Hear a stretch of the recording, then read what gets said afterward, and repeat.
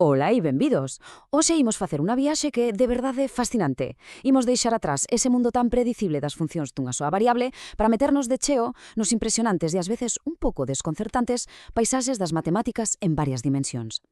Así que preparademos porque imos cambiar totalmente de perspectiva. Vale, esta diapositiva é a base de todo o noso percorrido. Á esquerda temos o de sempre, o camiño coñecido. Un valor de x danos un valor de y, unha liña nun plano, sen máis. Pero á dereita entramos nunha dimensión completamente nova. Aquí, un par de coordenadas, x e y, como se fosen as coordenadas dun mapa, determinan un terceiro valor, z, que podemos imaginar que é a altitude. Ou sexa, xa non estamos a seguir unha simple liña. O agora o que facemos é explorar unha paisaxe enteira. Moi ben, pois nesta primeira parte o que imos facer é visualizar exactamente como son estas paisaxes matemáticas. Imos pasar da fórmula, que é algo abstracto, á forma tridimensional que realmente representa. Formalmente, unha función de dúas variables é, pois basicamente eso, unha regra. Para cada punto que temos no noso mapa, definido polas coordenadas x, y, a función dinos exactamente a que altitude, z, nos atopamos. É, por así decilo, o ADN matemático da nosa paisaxe. E aquí temos o noso primeiro exemplo concreto. Esta función crea unha paisaxe que é moi intuitiva. Un outeiro suave, perfectamente simétrico, cun único cumio justo no centro. A medida que nos afastamos da orixe, a altitude vai diminuindo suavemente. Imos un terreno moi predicible.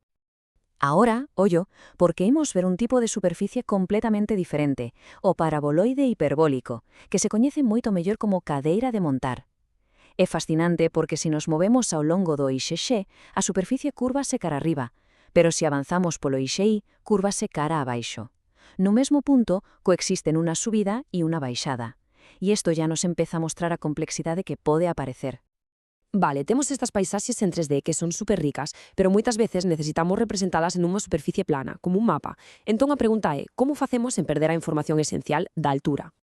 Esta é a pregunta clave desta sección. Existe alguna maneira de esmagar a montaña ou a cadeira de montar para poder debuxalas nun papel e que aínda así se entenda a súa forma? Pois afortunadamente, sí que a hai. A soluzo son as curvas de nivel. Calquera que vise algunha vez un mapa topográfico xa coñece a idea. Cada liña no mapa conecta todos os puntos que están exactamente á mesma altura. E todas esas liñas xuntas permétennos reconstruir mentalmente a forma tridimensional do terreo. Aquí véase a conexión perfectamente. Á esquerda temos a paisaxe en 3D, que é un paraboloide que parece unha cunca. Se o cortamos con planos horizontais a diferentes alturas, a intersección de cada plano coa cunca forma un círculo.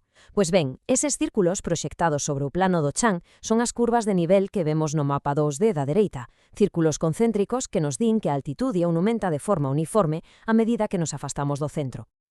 E aquí é onde a historia se pon de verdade interesante. Imos introducir o concepto de límite e imos descubrir por que algo que era relativamente sinxelo nunha dimensión convértese nun desafío enorme neste novo mundo de paisaxes. Esta frase captura a esencia do problema. Nunha liña, para chegar a un punto, só hai dúas opcións, por diante ou por detrás. Pero nun plano, para chegar a un punto, podemos facelo en liña recta desde calquera dirección, en espiral, seguindo unha parábola. As posibilidades son literalmente infinitas. O límite ven sendo a altitude que esperamos atopar no noso destino. Se nos dirigimos ás coordenadas A a B, a que altura Z deberíamos chegar? A clave de todo isto é que esa altura esperada non debería depender para nada do camiño que tomemos. E esta é a pregunta que nos leva ao meollo do asunto. Que pasa nesas paisaxes tan extrañas onde, dependendo da ruta que escollamos para chegar a un mesmo punto, parece que imos chegar a altitudes completamente diferentes? Ben, pois entramos no clímax da nosa explicación. Imos explorar un deses puntos que dan problemas e ver como se manifesta na práctica isto dos camiños infinitos. Claro, como non podemos probar os infinitos camiños, as matemáticas danos ferramentas para probar algunhas rutas estratégicas. Podemos achegarnos primeiro no horizontal e logo en vertical, ou seguir liñas rectas con distintas pendientes, ou mesmo traxectorias curvas. O bo é que se atopamos só dous camiños que non están de acordo, xa é suficiente para sacar unha conclusión. E aquí chega o momento clave. A ver, analicemos esta función no punto 2, 1. Se seguimos o camiño 1, achegándonos primeiro por y e logo por x, o resultado é 1, vale? Pero se invertimos a orde e seguimos o camiño 2, o resultado é infinito. Ou sexa, Dous camiños, dous destinos completamente distintos. E a conclusión é inequívoca e moi potente. Como atopamos polo menos dúas rutas de aproximación que nos levan a altitudes esperadas diferentes, pois non podemos definir unha única altitude chegada. Por lo tanto, o límite nese punto, sinxelamente, non existe. É como se chegásemos ao bordo dun acantilado. Despois do caos, chega a calma. Imos falar agora da situación ideal desas paisaxes que se portan ben, onde todo encaixa. Imos falar do concepto de continuidade. A continuidade, seguindo coa nosa analoxía, é a fiabilidade. Unha paisaxe continua é unha na que se pode confiar. Non hai sorpresas. A altitude a que te achegas é exactamente a altitude que atopas ao chegar.